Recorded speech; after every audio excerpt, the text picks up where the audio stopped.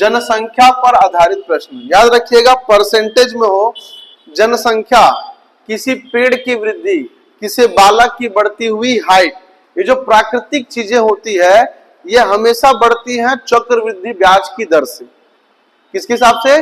चक्रवृद्धि ब्याज की दर से। क्योंकि देखो, चक्रवृद्धि और साधारण ब्याज में सिंपल सा कॉन्सेप्ट है कि चक्रवृद्धि ब्याज में आपको ब्याज का ब्याज मिलता है, साधारण ब्याज में ब्याज के ब्याज नहीं मिलता। जनसंख्या को डील कैसे करें? सर, पहले माता पिता थे, उनके बालक हुए अर्थात ब्याज हुआ। अब माता पिता के बालक हो सकते हैं और बालक के भी क्या हो सकते हैं? तो बालक हो सकते हैं। तो जनसंख्या जो होती है हमेशा बढ़ती है चक्रवृद्धि ब्याज की दर से। पेड़ की हाइट वो भी कैसे बढ़ती है? चक्रवृद्धि ब्याज की दर से। क्वेश्चन में ऐसा आता है कि एक पेड़ की हाइट 5 फीट है, वो हर साल 8% बढ़ रही है, 3 साल में कितनी बढ़ेगी? किसी बालक की हाइट है, 3 फीट का बालक है, हर साल 10% बढ़ रहा है, सर 3 साल के बाद कितना बढ़ेगा?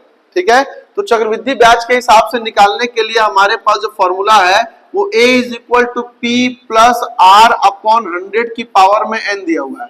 अब इतना लेंथी फॉर्मूला दिया हुआ है लेकिन हम उसको यूज नहीं करते हैं। ऐसा अपने दिमाग में फॉर्मूला बस चलना चाहिए, उसका यूज नहीं करना है। देखो कहानी यूज कैसे करना है, सिर्फ यही बस समझना है बस। जैसे मान लीजिए 1 प्लस ये 10 बटा कितना दिया मेरे को? 100 दिया हुआ है। ये काटा सर 0 से 0 गया, नीचे कितना बचा जी? 10। 10 एकम 10 और 10 और 1 कितना होगा बेटा? 11/10। मान लीजिए कि ऊपर मुझे 5 बटे कितना दे दिया है? 20 दे दिया है। 5 एकम 5 और नीचे 100 दिया हुआ है, कितने हो जाएगा? 20 बार में 20 एकम 20, 20 और 1 कितना होता है जी? 21/20। इसी चीज को समझना है कि सर ये एक तो किसी काम ही का नहीं होता है, ये एक किसी काम का नहीं होता है। सिर्फ क्या करना है कि अगर ऊपर में बस 1, नीचे में 20, इधर +1 बचा तो नीचे लिखूंगा 20 और ऊपर 20 और 1 कितना लिखूंगा मैं? 21। बस इसी बात को बस ध्यान में रखना है, बाकी तो इसको भी एक लाइन में ही सॉल्व करना बता दूंगा मैं। पेपर में आपका अप्रोच वैसा ही होना चाहिए। क्लियर है ये? चलिए, बोलता है किसी नगर की जनसंख्या की वृद्धि 10% वार्षिक ब्याज की दर से बढ़ रही है, वहां की वर्तमान जनसंख्या कितनी है बेटा? 1 लाख है। तो वहां के अमाउंट निकालना है। वर्तमान जनसंख्या मुझे दे रखा है कितना लाख? 1 लाख दे रखा है। फिर 3 वर्ष बाद नगर की जनसंख्या कितनी होगी? रेट कितना है जी?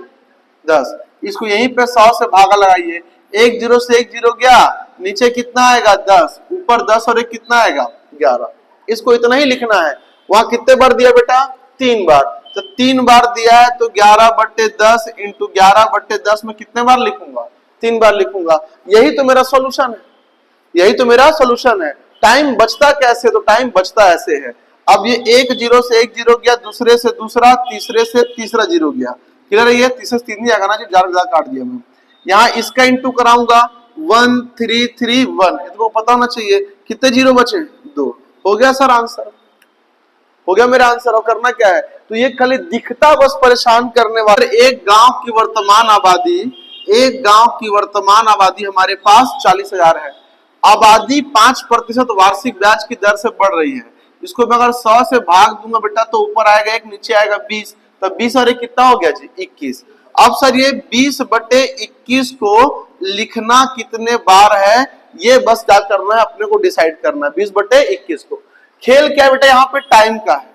कभी भी टाइम को 2 सही 3/5 दिया हुआ है तो 5 दूनी 10, 10 3 13/5 लिखने की गलती मत करना, सवाल ऐसे हल नहीं होगा। इसका मतलब होता है सर ये पूरा का पूरा 2 कंप्लीट है, मतलब इसको कितने बार लिखूंगा मैं? 2 बार। और तीसरी बार इस स्थिति को 1 + 5/20 लिखेंगे और उसके बाद लिखूंगा मैं 3/5। आखिरी वाले को सॉल्व करना पड़ेगा क्योंकि ये जो वैल्यू अपने को दिया हुआ है रेसिप्रोकल करके, उस वैल्यू को इनटू लिखना पड़ेगा। सॉरी 5/100 है। क्लियर है? ये इससे कैंसिल हो गया। ये 100 एकम 100 और 100 + 3 कितना होगा जी? 103। तो बेटा इसको टोटल कितना लिखेंगे? 103/100। 103 बटे कितना हो गया जी? 100 हो गया।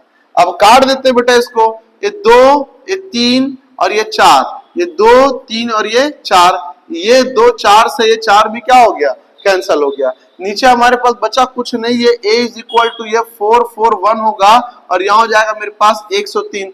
3 एकम 3, 3 चौक 12 की 2 हासिल आई, 1 3 चौक 12, 12 और 1 13, ये हो जाएगा 0 0 0 इंटू ये 1 4 और ये 4 हो जाएगा, ये 3 हो गया, ये 2 हो गया, ये 4, ये 5 और ये 4 हो जाएगा।